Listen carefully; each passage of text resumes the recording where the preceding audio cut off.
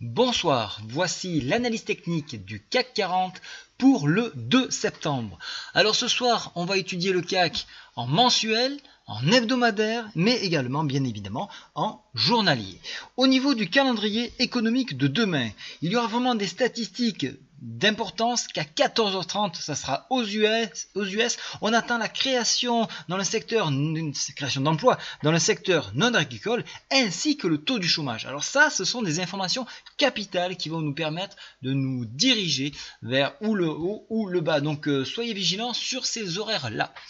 Alors on va commencer tout de suite le CAC en journalier. Je fais un petit zoom sur ce CAC là. Vous le voyez, on teste une nouvelle fois les bornes MM7, MM20. Elles sont en test actuellement. Vous voyez que nous avons touché le haut de cette Bollinger. Alors bravo à ceux qui ont shorté. Moi j'ai essayé de gratter un peu, mais bon, malheureusement je n'ai pas pu le faire. J'espère également, et ça c'est une petite parenthèse pour tous les papas et toutes les mamans, que la rentrée s'est bien passée.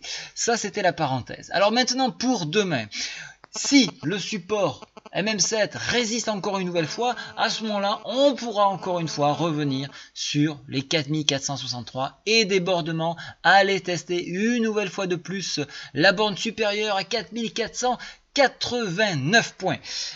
Ici, vous le voyez, on a des très belles mèches. Alors, il va falloir là aussi, encore une fois, regarder les volumes, regarder à savoir si c'est un attrape-berre ou un attrape-bulle, et il y a moyen de le vérifier.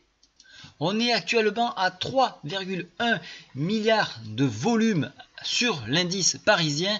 Alors c'est quand même, ça commence à être conséquent. Pour une reprise, ça commence à être pas mal. Donc il y a quand même du poids donc sur cette journée de trading.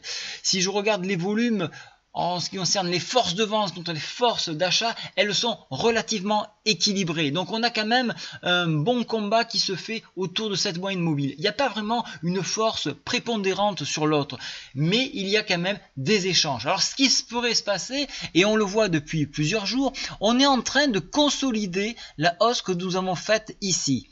Donc consolidation latérale, mais une consolidation à chaque fois que l'on monte, on prend une prise de bénéfice, on essaie de sécuriser la zone pour essayer de tirer vers le haut. Ça peut être une idée de trading, c'est celle que je privilégie. Maintenant, sur enfoncement de MM7, alors là on est en droit de se poser des questions avec une orientation PTI journalier à 4414 et sur enfoncement 4393. Vous l'avez vu, j'ai réactualisé le point PTI en mensuel, il est maintenant à 4071.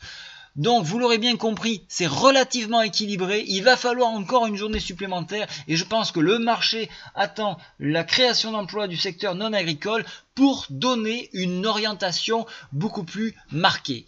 Maintenant si je regarde en hebdomadaire et je change de graphique, alors je vais enlever les fourchettes d'Andrews de façon à bien vous montrer ce qu'il se passe sur les marchés. Vous le voyez, et je fais un zoom encore une fois, on est toujours en appui sur au-dessus de la moyenne mobile 7 en hebdomadaire, donc ça c'est un très bon indicateur, d'autant plus que la moyenne mobile 7 chevauche le PTI journalier, donc double support, donc là aussi il faudra de la force pour l'enfoncer. Au niveau de l'orientation, on reste toujours sur un marché haussier, bien que les stochastiques se trouvent en zone de surachat, donc pas de lieu de s'inquiéter pour l'instant, sauf mauvaise nouvelle donc de la création d'emplois qui pourrait inverser durablement la tendance. Si je passe maintenant en mensuel, ça va nous donner une orientation pour tout le mois à venir et je fais un zoom, vous voyez qu'on est légèrement en dessous donc de cette moyenne mobile 7 et ça c'est dangereux, il ne faut absolument pas rompre avec celle-ci parce que sinon on pourrait donc plafonner comme nous le faisons depuis 3 mois ici, donc on l'a testé 3 fois, on pourrait avoir cet échec une nouvelle fois et à ce moment-là retomber. Il est à 4444 ici. J'en ai parlé sur le chat, je vous dis attention, le barrage 4444 c'est un gros point.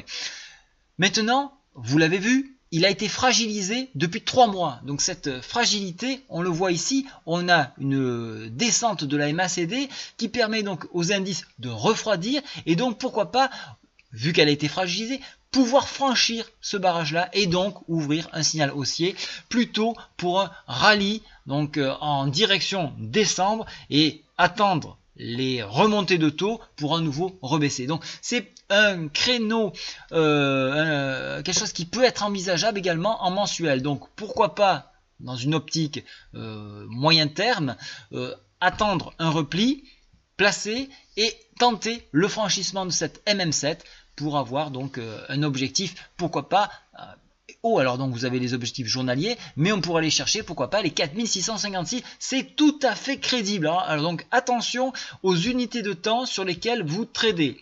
Voilà. Alors donc pour l'hebdo, on reste haussier. Pour le journalier, on reste haussier. Pour l'hebdo, c'est légèrement baissier, mais la bougie n'est pas terminée, donc on ne peut pas conclure.